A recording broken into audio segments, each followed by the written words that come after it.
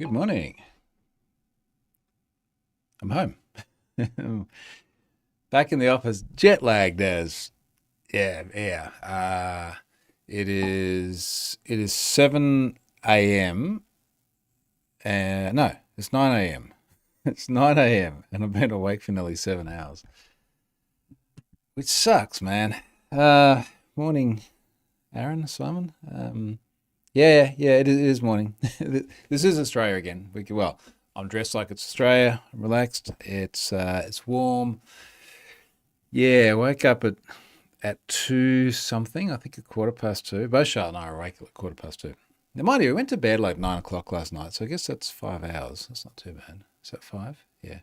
Uh, and had to get up at four anyway because our son does rowing, and rowing starts at four something every morning, which is awesome.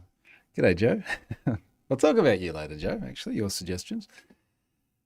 I got distracted just as I was waiting here. One of the things I had when I got home, in fact, it was before I got home, it was an email that's related to home. I had an email from our Gold Coast City Council. They said, your recent water meeting has identified a significant increase in water use compared to last quarter. We recommend your urgent attention as this increase could be due to a concealed underground leak, which I don't think it is because I haven't seen water coming out anyway. But the water notice, we're going somewhere here because I'm sure there's a technical solution to this. Water notice says, I don't know what's a lot of water or what's a not. What's a not? Jeez. Jet lag. I think it's like my third coffee, fourth coffee. I don't even know anymore. We recently read your property's water meter, and the reading taken indicates that your daily average water for the quarter was 1,533 litres compared to 584 for the previous quarter. So it's nearly tripled. An increase of over 50%. Yeah, no shit. Like that's an increase of nearly 300%. My point is, how can we measure this? There must be an IoT solution to measure the water usage coming into your house. Now, I don't know how it is in your part of the world, but here in Australia, we have a street. You probably have one of those too, and there is a water mains like just outside each property, and it's usually under a little cover or something. You flip it open, and there's one of the old classic dials that spins around, so that the water meter person can come and read that at some point, I assume, and then it comes into the property. So what I'd really, really like is something just downstream of that that could measure water usage and put it in Home Assistant. My understanding is it's not like the electricity here where there's like back to base monitoring of your usage of the utility. So there's not that. I'm just wondering what's out there. There must be something out there. Because if I could see this on a daily basis, then I could figure it out. Now, Charlotte had a good idea. She said, is this because we had what I suspect was a gardener at some point in time turn off the tap for our irrigation? So one day we're like, gee, the garden's looking dead. I wonder why. And I found that they had just like literally turned off the water. Now in Australia, particularly as we're getting to this time of year where it's proper hot, that's not good. So are we now comparing normal water usage today with water usage before where it had all been turned off and the garden was dying? Maybe that's it. I don't think it's even that expensive. How much is water? What do they say? An estimated water cost of around $7.63. That's Australian dollaritos as well. That's like $5 American a day, which doesn't feel bad for a large house with four people and garden and pool and all that sort of stuff. I don't know. Anyway, if you know how to do IoT water monitoring, I'd actually really like to know that. Now, James has said OCR type system. This is what I wanted as well, because I have seen readers before, say for your electricity meter, where it is literally like a camera or a sensor pointing at the little wheels that can OCR it. I don't mind MacGyvering it if that's the way to do it. But I would like to know. I would like to be able to see our usage. Science says it could be a sinkhole waiting to happen. Well, I hope not. I think the Occam's razor here is probably Charlotte's idea. So, needs to ensure an underground leak would be outside of the property and therefore not register on the meter. Well, it could be inside the property. You know, you could have a burst pipe. Certainly happened before. But normally, if you're having anything leaking to any serious volume, like you see it, right? It's like it's bubbling up and things are wet. So you normally know. And says one way to know is water pressure in the UK.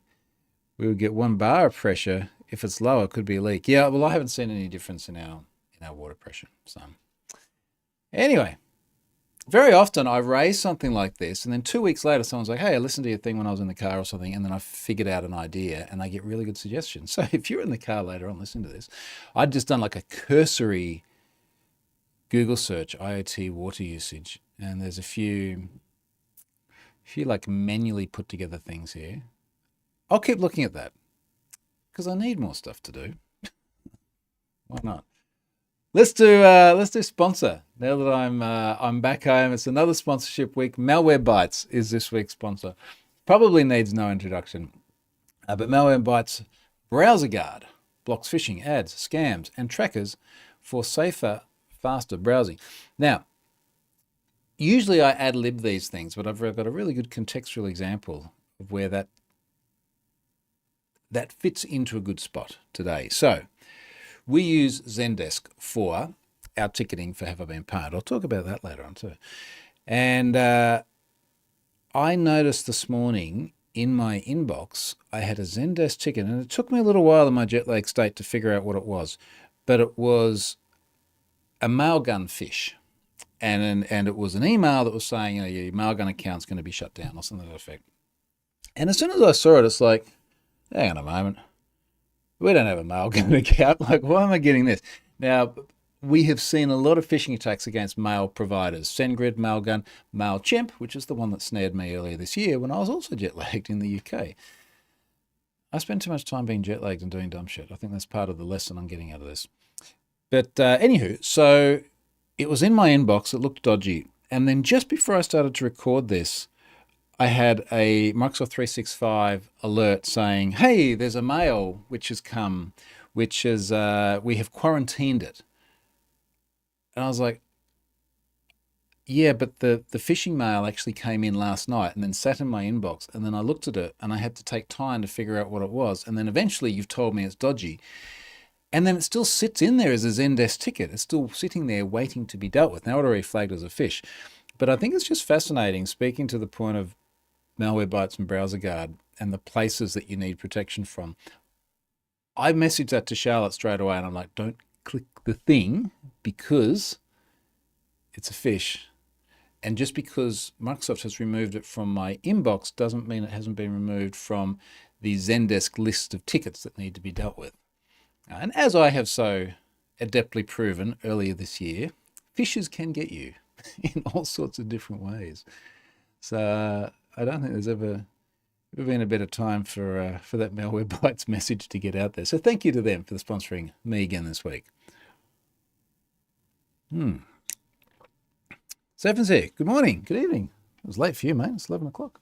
Anyway, what better thing is there to do on a Friday night than listen to me talk about our woes? We'll definitely talk about our woes this week. I actually don't think we really had, well, Ben had some woes. We'll talk about Ben as well. Some of the messaging he got. Marek says, looking at previous payments to the water company to compare costs between quarters. Yeah, that's the problem is that you have to wait a long time to see that. And this is effectively what they're telling me. They're like, hey, your cost is going to be a lot higher this quarter. Higher than last quarter. But mind you, to your point, maybe if I go back and I look at 2 quarters ago when the gardener hadn't turned off the bloody irrigation, maybe it will all reconcile and that will answer the question. Aaron had an idea about Have I Been Pwned to save money. My email address has been leaked and I'm aware of it, so I assume it will be misused again. I got an email from you and thought you loaded my email into Have I Been Pwned. Probably did. Using storage and bandwidth, maybe if an opt-out for domains and emails, save money in storage. Yeah, but it's not really going to make much difference on like a one email address basis. Looking at our stats at the moment, we've got 1.61 terabytes worth of data sitting in Have I Been Pwned. Individual email opt-outs are really not going to change that. So I appreciate the sentiment, but I don't think that's going to make a lot of difference. Wayne's there. G'day, Wayne. Thanks for joining, mate. Now, what do we have on the list? I actually had a number of things here on the list. And I think it's going to start with where we've just been. Well, where we are now, home sweet home. Yes, I'm home. The travel from Europe back to Australia always kicks your ass more than the other way. And this seemed to just be one of these things that people just knew as a fact. Like you're flying, what do they say? West is best, east is least, or something to that effect. So you go from Australia over to Europe, and I assume it depends on the flights and the airline and the time of day. But typically for us, we get on the plane at 9 p.m. here. We've done this many times. 9 p.m. here. You fly 14 hours to Dubai. You're then hitting Dubai at like 5 a.m. You hang around for 2 hours. You get on roughly a 7-hour flight. You go to Europe. You get there at about midday. You make yourself last through to the end of the day, and then sleep, maybe with a little like 30-minute top-up nap, and you're pretty good to go. Coming the other way sucks. We got on a flight at 2:40 in Amsterdam on Wednesday, and you then fly the other way, 7 hours, to Dubai. And so then you're getting to Dubai. I don't even know. It's just dark. And you're there for 2 hours. And you're getting on a flight in the middle of the night. And then you land in Australia at like 10:40 p.m. So then you're getting home at like midnight. And then I probably slept too much on that flight, if anything. It's just for days, you just got that fogginess that just kicks your butt. So, yes, that is the challenge coming home. Now, the science apparently behind it, could probably ask the AI these days, but apparently the science is your circadian rhythm is slightly longer than 24 hours. When you're going west, you are going with the sun, so your days feel longer. But when you come the other way, you're going against the sun, so your days feel shorter. So effectively, because your day is naturally, or your circadian rhythm is naturally a little bit longer than 24 hours anyway, you are less impacted by the day extending as opposed to the day shortening. That's what I've heard. It seems to reconcile with my experiences, but again, maybe it's the time of day. Europe. Let's talk about Europe. Now, I came to you from Belgium last time. So that was great. Belgium was really fun. We were there on the weekend. We're staying in Spa. Went to Spa-Francorchamps. I pronounce it right this time. The racetrack, the F1 track, the track of so much fame, Eau Rouge, this canonical section of the racetrack, which nothing on TV does it justice. And I was watching some of the F1 videos later on, and the fact that F1 cars can go through there flat out at 300k an hour, through a dip, climb 12 stories over a crest they cannot see the other side of, and then pop over the top and hopefully not crash into something on the other side. It was mind-blowing. So we had a drive there, a little drive through Germany, a little drive down to Luxembourg, because we hadn't been to Luxembourg before. Had lunch, ticked one more country off the list of places we've been, went back. Next day, went to the Netherlands. Now, that brings me to the Dutch police and to Europol, and then logically into Operation Endgame as well. So I'm a little bit out of order of what I put in the list here. We'll do that, and then we'll come back and talk about that 2 billion thing. The predominant reason for this trip is I had an invitation to speak at Europol in The Hague, which sounds super, super cool, and it was cool. But I got that invite via the National Crime Agency in the UK. We spent some time with them earlier this year, at that time when I got fished. That was that trip. And they said, it'd be cool if I could come and talk at Intercop. And the COP part of Intercop is the Cyber Offenders Prevention Network. And that is a self-explanatory name. And as I've said many times before, a lot of what I think in our brains, we think of law enforcement agencies like the FBI and the NCA, and our AFP, I guess, is the equivalent.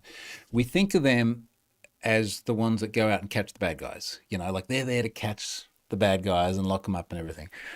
But a significant portion of what they do is around prevention of offending as well. They're trying to intercept folks who are potentially going to offend before it happens.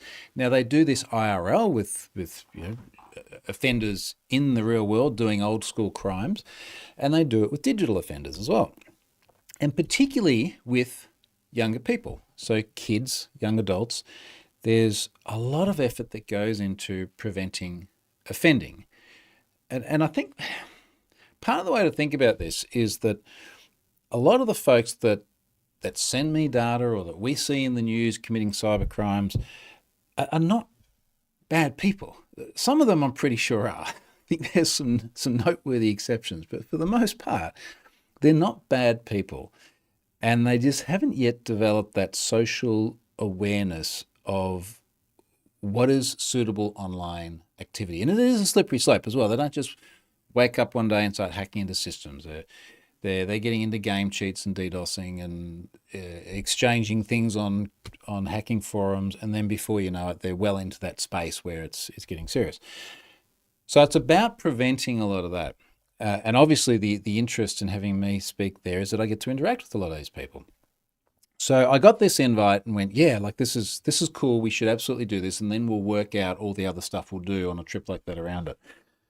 So we got that invite. We spent some time on Monday with the Dutch police, Politie Nederland, and we've had lots of engagement with them in the past. The Dutch, probably more than any other country I can think of, really punch above their weight in terms of their contributions to cybersecurity as compared to the size of the country. I mean, often it's like Australia punches above their weight because we've got like 26 million people or something, and we do a lot of awesome stuff. The Dutch got a lot less, and they arguably, apologies my AFP friends, arguably probably have a bigger impact, probably because of where they're located in the world as well, that there is a lot that happens in the Netherlands. So we got to spend a bunch of time with them on Monday, and a little bit of time with our friends from the National Crime Agency as well. Tuesday, got to go to Europol, which was pretty cool because it was, how do you even begin? It felt a little bit United Nations, and in many ways it is. Like it's a collection of different countries that come together and I guess contribute to things like fighting cybercrime. The talk I did, I'll explain what's in the talk in a moment, but the room felt very, very UN. I mean, normally I go and I'll talk, I guess the biggest talks I've done have been thousands of people, and it might be in like a massive auditorium or a stadium, say for NDC Oslo with the keynote there. And everyone's like standing around, it's really casual. This was rows of seats at desks with everyone with a name plaque in a country and some people wearing pretty cool military uniforms sort of stuff. It felt very, very like looking at a UN sort of situation. So I was sort of like, oh, maybe this was a bit more formal than what my slides and my talk really represents.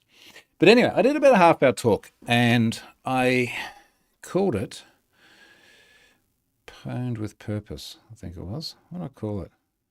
There's a little bit of AI help in some of the title here. And I'll run you through what I discussed here. None of this was recorded either, so just obviously just the nature of the audience. Pwned with Purpose, where motives meet mayhem. And anytime I prepare a talk, there's sort of like a divergence phase where you're just like dumping ideas from all over the place. And I've got a gazillion slides and they don't make a lot of sense. And frankly, I pick a bunch of stuff because it's funny, other stuff because it's insightful or relevant. And then I try and find the narrative. And as you're sort of iterating on this, usually a narrative starts to emerge. And I realized that the narrative that I really wanted to bring from this is that the motives of many of the people who I engage with that send me data is, as this title here says, curiosity and adventure. Now, I used these terms because I was trying to find a good statement from Kevin Mitnick. Now, many people know of Kevin. I knew Kevin personally. We'd see each other. He used to come here a lot to the Gold Coast. We'd see each other probably every year. And we'd hang out a bunch. And he was a very interesting guy. He passed away a couple of years ago, so sadly we won't be doing that anymore. But he had a lot of interesting life experiences. If you've never read Ghost and the Wise, it's one of the best books I've read. Fascinating. But anyway, so I found this quote from Kevin. And this quote said, "My primary goal of hacking was the intellectual curiosity, the seduction of adventure." So that's a really cool term, the seduction of adventure. And the more I thought about it, so many of the people that I engage with, they're curious and adventurous. They're not malicious. And they do things which ultimately constitute criminal acts, but not through malice, through the seduction of adventure. And the narrative I started to carve out of this was that we need to create a better environment for the curious and those seeking adventure to report responsibly and to feel that they're heard and to feel like they make a difference. And then I just had example after example of places where people trying to disclose responsibly and do the right thing just didn't work well. Now, many of these I've spoken about in other conferences, things like the VTech toy hack of about 10 years ago. The guy was like, look, I didn't think they'd take me seriously, so I just dumped the data. Now they have to. So, that's not really the right way to do it. Other incidents here, like Cloud Pets, when reporters were trying to get in touch with the CEO when that had a data breach, and inevitably it had landed with me. And the CEO was like, we did have a reporter try to contact us multiple times last week. You don't respond to some random person about a data breach. And I'm like, yeah, you do, because it's random people that find your security vulnerabilities. The Grindr example in here, where someone just couldn't get in touch with Grindr, so they got in touch with me, and I had to eventually tweet about it, and then they paid attention.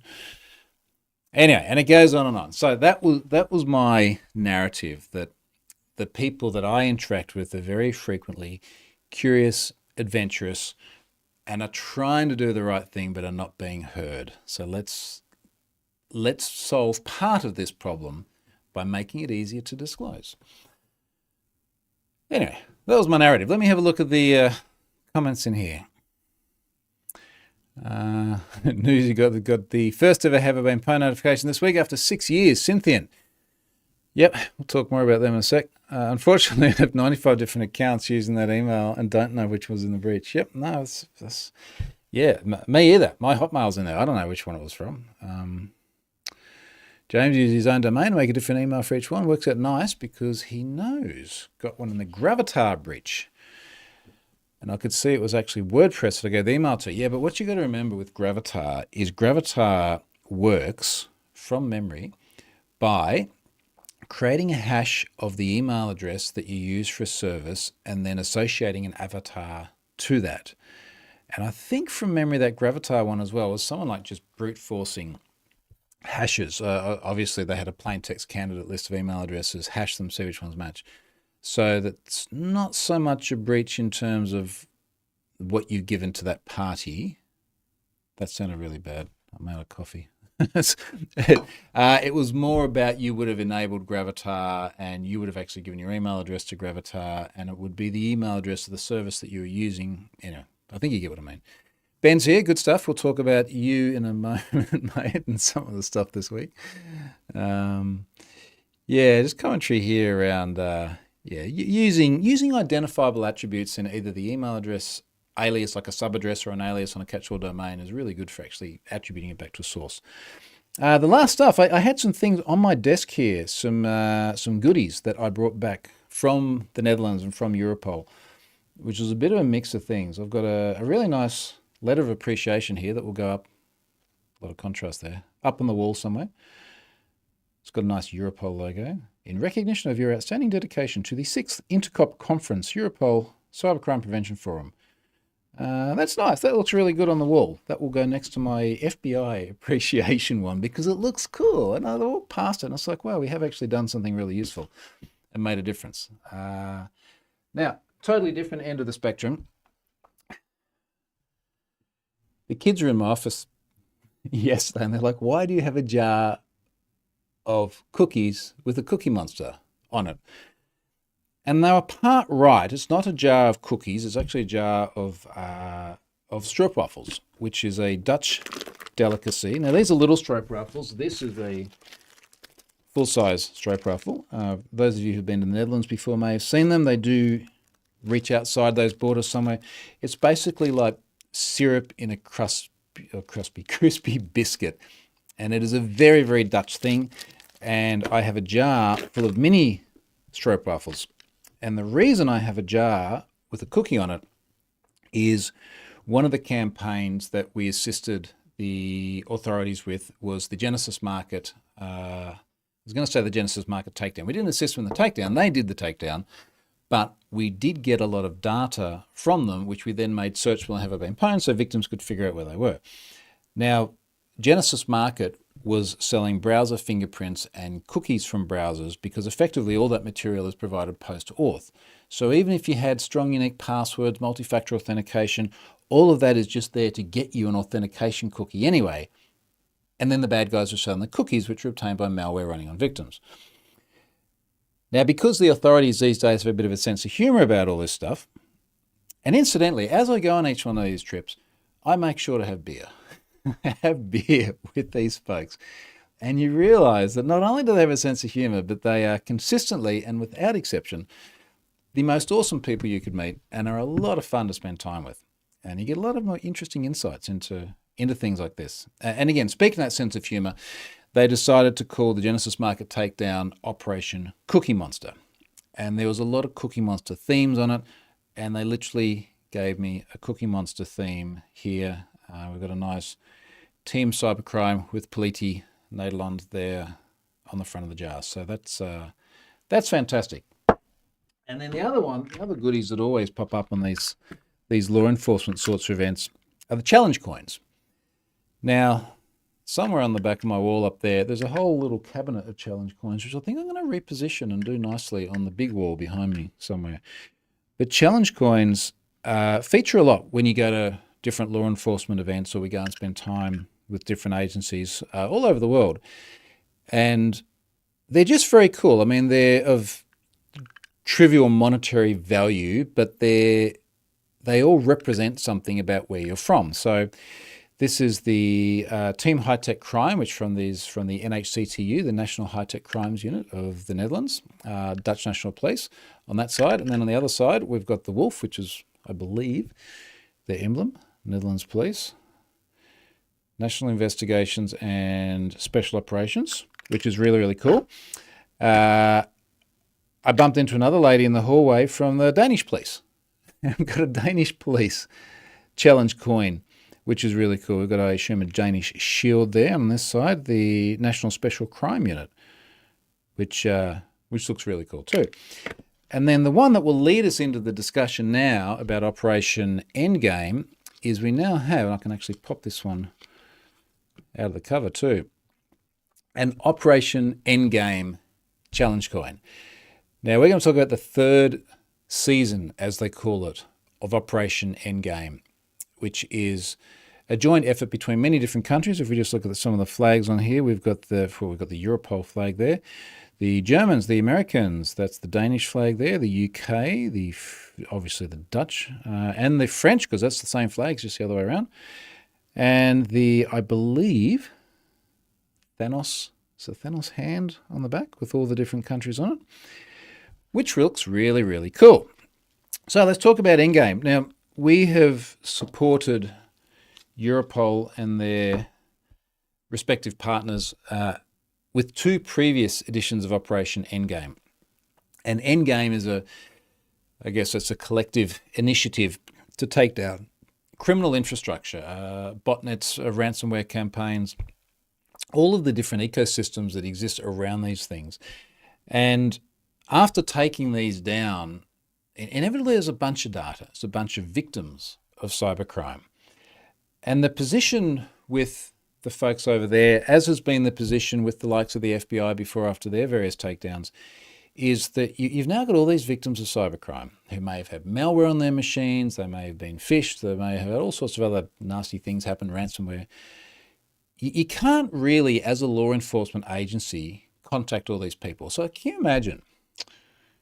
You get an email that says, hey, we're from the FBI. You might have malware on your computer. So everyone would be like, yeah, right. Like, sure you are, mate. But what they can do is they can provide the data to us, and then in their communications, they can say, yeah, this is what we've done. This is our press release, etc. To check your data, go to haveibeenpwned.com. And this is how we've assisted in the past. We make sure that we get all that data up and freely available. So even if you are the world's biggest companies doing domain searches, of which many do and have been pwned, we make sure that you're worth $200 billion, but domain searches are free for anything that comes from law enforcement. So that's sort of the balance that we've struck there. When we were there at Europol, we got to spend some time with a bunch of folks involved in this operation. And again, everyone without exception was totally awesome. It was very, very, very interesting to see the way these folks work and the coordination involved and the League of Nations involved. It was also very interesting, I'm going to drop this in the chat actually, to see a little bit more behind the scenes of things like the Operation Endgame website. Now, after this live stream, go and have a look at the videos on that website. It's really interesting to look at what's being created here and the symbolism within these videos. And again, getting to spend time face to face with these folks, especially over some beers, so much more happens over beers, where they explain a little bit more about the thinking behind this. Remember, a lot of this infrastructure does exist in places like the Netherlands, and they do have stats here that support that. Now, of course, if you've got criminal infrastructure in the Netherlands, the ability to take that down is much easier than if it was in Russia. A lot of the threat actors are in places like the Netherlands as well. Again, very, very handy, very convenient. But of course, a lot of it is in places that are out of reach of friendly law enforcement agencies.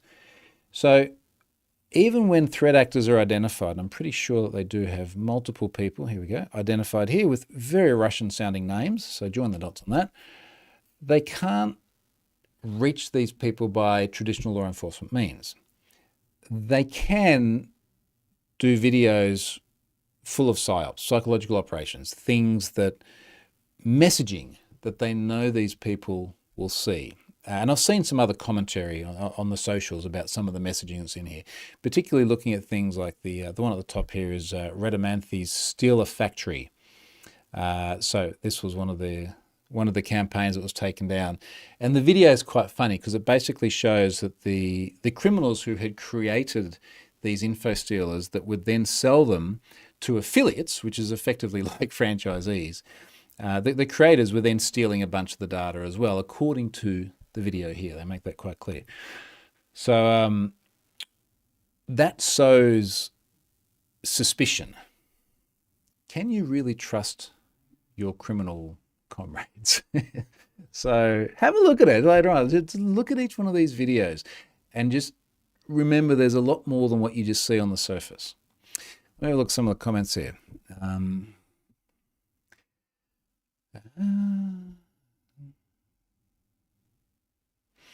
Aaron says, I still think there are very outlets for people with technical skills too good. Add on top, not much maturity. I think it may be very few. So I assume this goes back to speaking about offenders and prevention. And this has been a topic of discussions many, many times, both on this trip and many of the other trips I've done in the past. This industry is so understaffed. There is so much opportunity. There is so much amazing potential for people to do good stuff legitimately and make an amazing life for themselves. If there is any better example of that than right here. I guess people just need to understand that pathway forward. And I get what you're saying. So Aaron's tired and dyslexic. Well, I'm definitely tired. Maybe I'm dyslexic as well. I don't know. It's probably got a bit of something. I think it is hard to try and find something attractive enough for, let's say for the sake of argument, a 16-year-old kid who's sitting there at the keyboard at home with opportunity right in front of them to do something nefarious, and you're coming along going, hey, if you don't do that, and then you work really, really hard for many years, you can have an awesome career. That's like, it's a hard ask to get them going in that direction. And in some of the discussions I had with some of the law enforcement agency friends there, they were giving examples of people that they had been able to get to, but then they reoffend because it's hard then to keep them on that track. Keep in mind as well, a lot of these kids, and I'm going to say kids as in either legally kids or very young adults, are neurodiverse as well.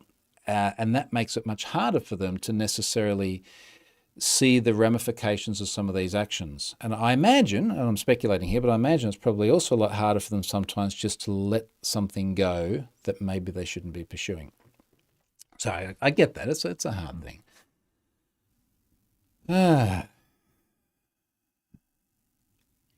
That's Endgame. Stefan, not sure the high priority is updating the logo at the moment. Is this about the wrong Have I Been Pwned logo on the on Operation Endgame? So Stefan and I both realized that was the wrong logo.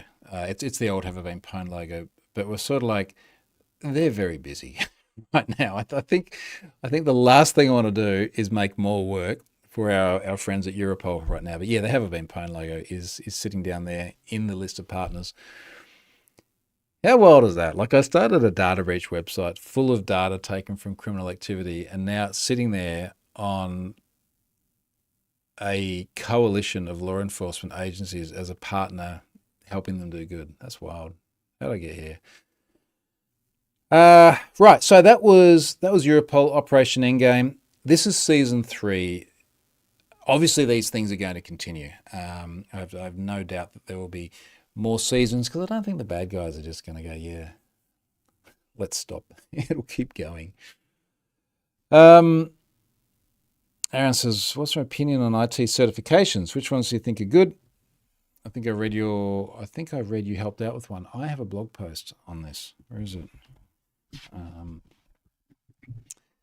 I think that they help you get in the right direction.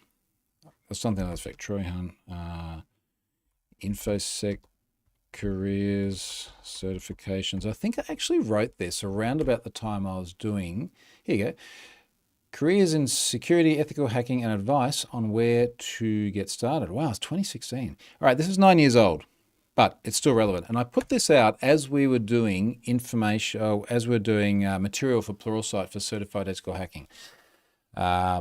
Now, I say this as someone who has never got a cert and I dropped out of university. So take what I say with a grain of salt. But I did do 80% of a university degree. And I think the point I was making, I don't know if I put that in here, is that helped me find the path forward. It gave me some direction. It gave me something to focus on. The CEH stuff, there's been, people have derided that in the past because they're like, look, it's not as hardcore as many other dedicated InfoSec certs. But I think the argument that I've made here is that it gets you going in a right direction. You can always pivot to more hardcore things later on. If you need a place to start, it's a great place to start. At least it shows some dedication and some interest. So that's my view on that. And I think it just complements the other things you can do. Now let's talk about those 2 billion email addresses. I'm going to read more of Ben's messages. More of the messages Ben's got. And I think this is going to be the last time we talk. I hope this is going to be the last time we talk about this one, because it's consumed a lot of time. And I know I spoke about it last week when I was in Belgium. But Ben, who is on this live stream here, Benjamin B. from Cynthian. Ben is in his final year of college in the US. He's a young guy who is doing the sort of stuff that we want these other, potential offenders to do. He's doing good work, finding useful stuff, and then handling it responsibly and ethically.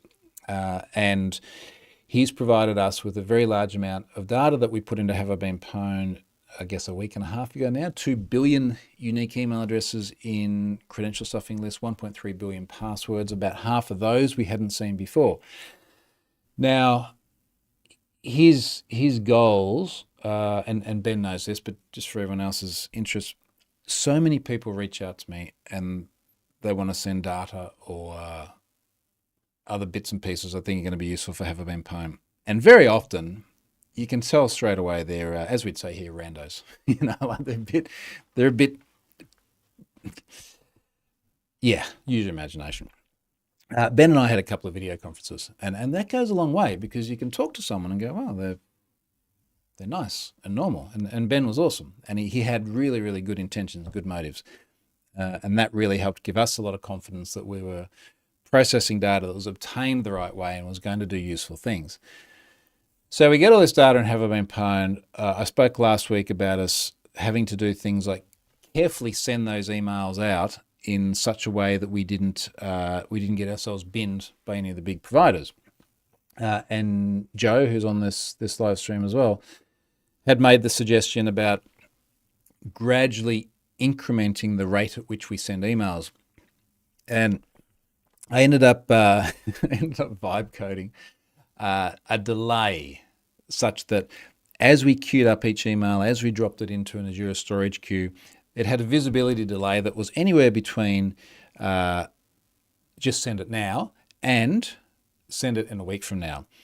And it would incrementally wait the seconds, because we're delaying for a certain number of seconds, such that we would gradually send more and more and more emails each day. Because Joe had said, look, don't just like have a normal level and then go yoink up to there, and then even if we just maintain like this, as I think what Joe said, he's like, gradually ramp it up, no more than 50% increase each day.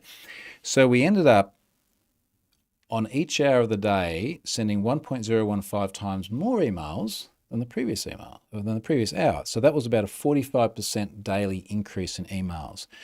We sent 2.9 million emails to our subscribers. Incidentally, we now have 5,993,550 subscribers. So I think we'll tick over 6 million today. So it's about half our subscriber base. So we had to gradually ramp that up, and we almost got away without a single problem. We did end up on a spam cop block list for 24 hours, which affected delivery to some people. I think I had a total of maybe 3 or 4 tickets. It's not too bad about that. Oh, Scott's here too. Yeah, man, I vibe coded and it worked. But also, like, I would argue there are some things you can vibe code and the impact is not too bad. This was like vibe coding, create me a random number generator that would progressively weight the values such that it increased by no more than 50% each day. And then what I did after I ran it, I took all of the values that it created, I dropped them all in an Excel spreadsheet and I plotted it on a graph. I put that in the blog post actually for the steel log stuff. No, credential stuffing stuff. And the distribution looked right. And the worst thing that could have gone wrong if the AI vibe coded it wrong, is that the delay on the email visibility would have been wrong. So it wasn't like all we got out of it was an integer. So it wasn't a security risk or anything like that. So the whole thing actually worked out quite well. And we got all those emails out, and James got his feedback, which is good. And Ben got some feedback as well. Ben got some, I mentioned some of the feedback Ben got the other day. Ben, I know you said the other day it was all right, I read this one. Obviously, I'm not going to read the name of the person that sent this, but Ben did reach out.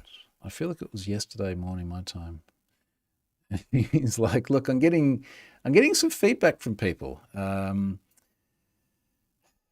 I'll read you some of my feedback in a moment too. So, yeah, this was actually very early yesterday morning. The problem is, a bunch of people on the internet don't read anything, and then they just get super angry, and they use the time that they could have spent reading and understanding to instead rant and rave and be lunatics. Now, this person has sent Ben an email, and keep in mind again, not only is Ben the good guy in this, but just to make things really, really clear, I think it was like, maybe Ben, it was like the day after we started sending these and you had some feedback. I edited the blog post. So the second paragraph says this: just to be crystal clear about the origin of the data and the role of Synthient, who you read about in the next paragraph, this data came from numerous locations where cyber criminals had published it. Synthient, run by Ben during his final year of college, and I just put that in there because I think it builds a bit of sympathy, if I'm completely honest, indexed that data and provided to have it been pwned solely for the purpose of notifying victims. He's the good guy, shining a light on the bad guys, so keep that in mind as you read on.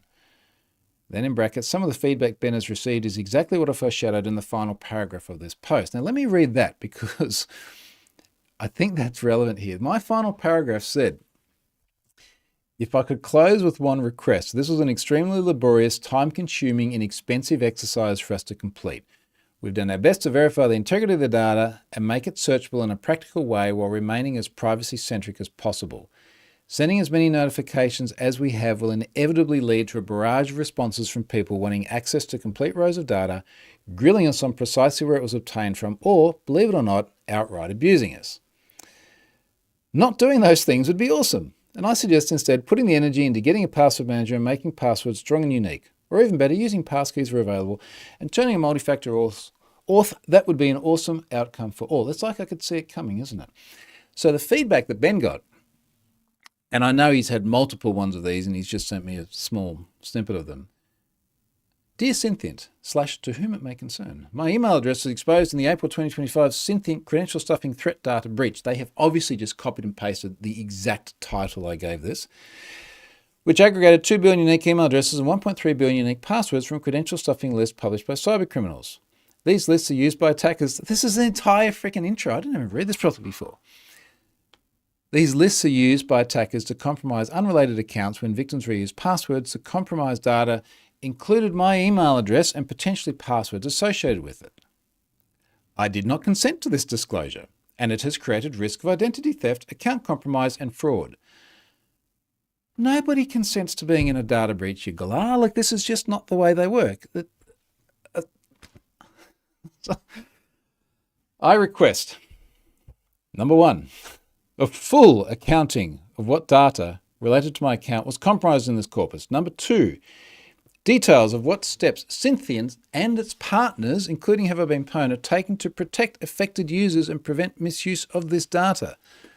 Number three, information on any compensation, remedies, or restitution available to impacted consumers. Now, having been doing this for 12 years, I see stuff like this and I don't really care because I know that it's just someone misunderstanding it, and I will either give a constructive, concise response or I'll ignore it, and that is fine. I imagine for Ben, like a young guy, he's final year of college, trying to do something good, obviously overwhelmed with processing this much data. That would be an intimidating email to get. And I'm sorry, mate, that you had to get these, because that is not the end of it. Please respond within 14 days. If I do not receive a satisfactory response, I will escalate this matter to the Federal Trade Commission and the Colorado Attorney General's Consumer Protection Division. You idiot. You idiot. It's the extraordinarily frustrating thing is that we send these notifications out. They have a link there. It says read more information about the incident. And then they go there, and then there's all the details, including the link to the blog post that explains exactly what Synthient is.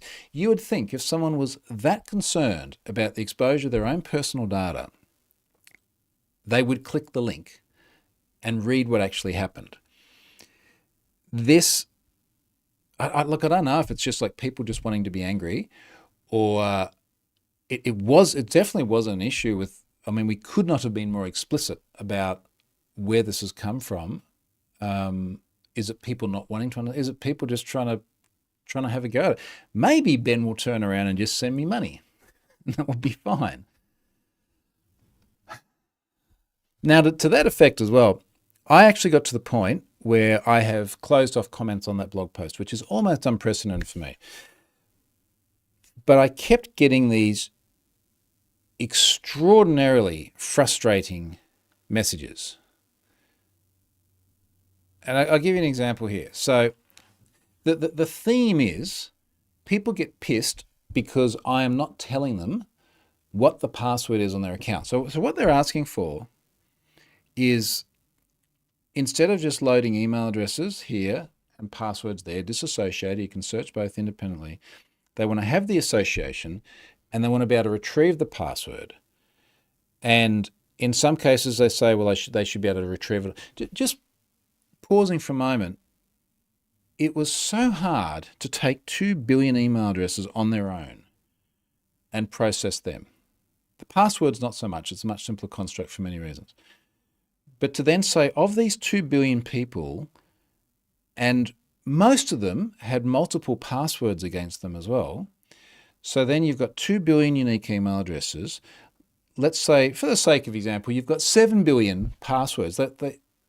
They want us to somehow get all of that, map it all together, put those passwords up in the system in plain text, because that's the only way it's going to work to read it back out. We can't store them as hashes. Then provide an interface where you can pull credential pairs, which we're storing in plain text, which is the absolute antithesis of how we should be storing passwords. Or in the case of someone who sent me angry tickets, we should just be emailing them the password in plain text, to which I said, well, you should never email a password in plain text, to which they said, well, it's compromised anyway, you might as well do it. To which I then closed the ticket and politely said, stop sending us messages. I think I implied that. The overhead in doing that, just purely mechanically, is insurmountably high. It's just never going to happen, let alone then the privacy risks. And we'd have that thing come up. People go, this is useless if you don't tell me which password. And I go, well, I wrote a whole section here about how to search for passwords. You can either, number one, enter the password into Pwn Passwords. I understand the optics of that, because we're saying enter a password that you're currently using somewhere else into this other system. We have an anonymity model around it. You can see it in the dev tools. Appreciate you may not like that. If you're technical, use the K-Anonymity API. You can enumerate through all of your passwords and see if they're there. If you're not technical, use 1Password, the password manager. And then people get upset. Well, they go, well, I don't want to do that. It costs money. You know how much money it costs? $2.99. Now, per month.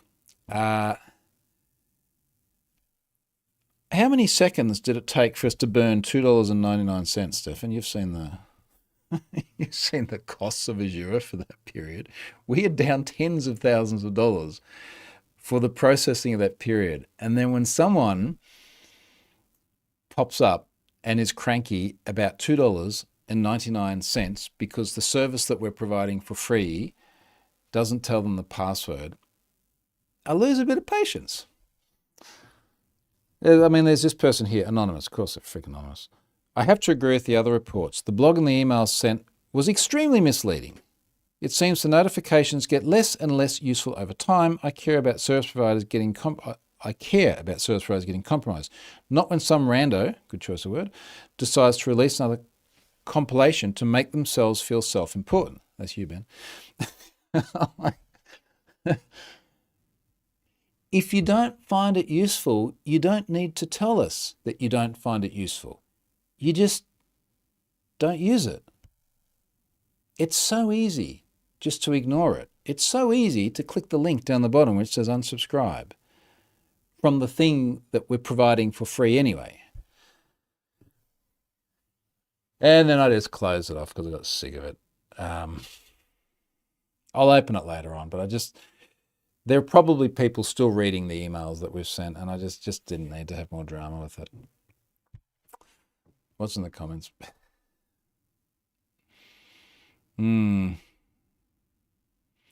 Yeah. I don't know, I just don't understand the anger with it. I really don't. Yeah, Stefan's like, we probably burned $2.99, maybe $3. I don't even know. Scott doesn't want guitar lessons.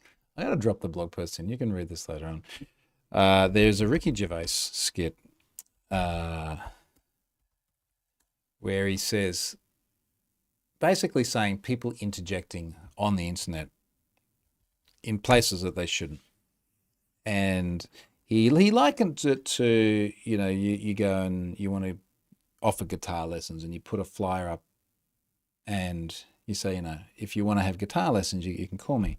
And then someone comes past and they tear off one little things with the phone number and they call you up to tell you that they don't want guitar lessons. That's a lot of what this is like, where you're creating stuff and people are like, I just want to let you know that I don't want this. It's like, well, you can ignore it. So it goes back to 2020. I wrote this blog post. If you don't want guitar lessons, stop following me. And I had multiple examples in here of me sharing, the first example in here is it's like Charlotte and I, this is 5 years ago now. It's a beautiful day on the Gold Coast. It's November, which is sunny here. Every month is sunny here, but it's warm and sunny. And we're out on the boat and you get people just responding and they are unhappy that we're out on the boat. Or I'd bought a car. This goes back to 2017. I'd bought a car with a V8 engine that sounds cool. And people wanted to chime in and tell me that they didn't like that. Now, interestingly, a number of these tweets here, one of these tweets has been deleted. Funnily enough as well, I won't say which one it is. Scott knows who this person is. But one of them had said something pretty dumb. They are in this thread. And they'd said it on the public timeline, and I included it in this blog post. And then other people got upset with me for highlighting the dumb shit that this person had said because of my influence. I was like, well, maybe you could just not say the dumb shit in the first place. Like that would be good. Scott knows who it is. It's someone we both know. That's made it even worse. The fact it's someone that we both know and we've had beers with. Anyway, let's stop there. So yeah, the Newsy, the Ricky Gervais reference, it's in that blog post. I've shared it there.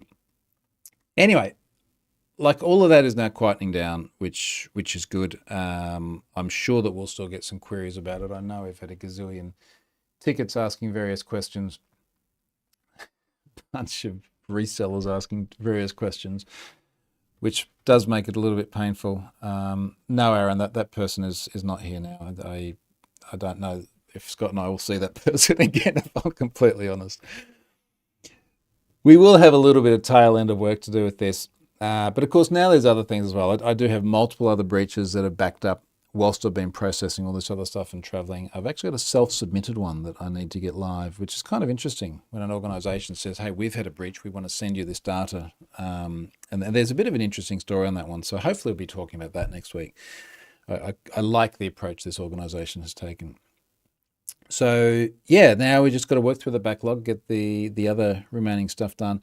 Of course, we're now starting to count down to the end of the year and things will slow down a little bit as well. I'll be with Scott in my trip. It was telling me, mate, it's about 43 days, I think. So we'll be with each other. Then we'll be back in Europe again as well. So we're not even over the jet lag yet. We're planning the next trip. Anyway, let's catch up next week. There'll be a few more incidents I think we'll have loaded by then, and then probably a bunch of other stuff that, who knows, will happen between now and then. Thanks for watching, and if you do have any ideas on the IoT water meter as well, let me know, because I do want to figure out what's going on there. Thanks, folks. See you later.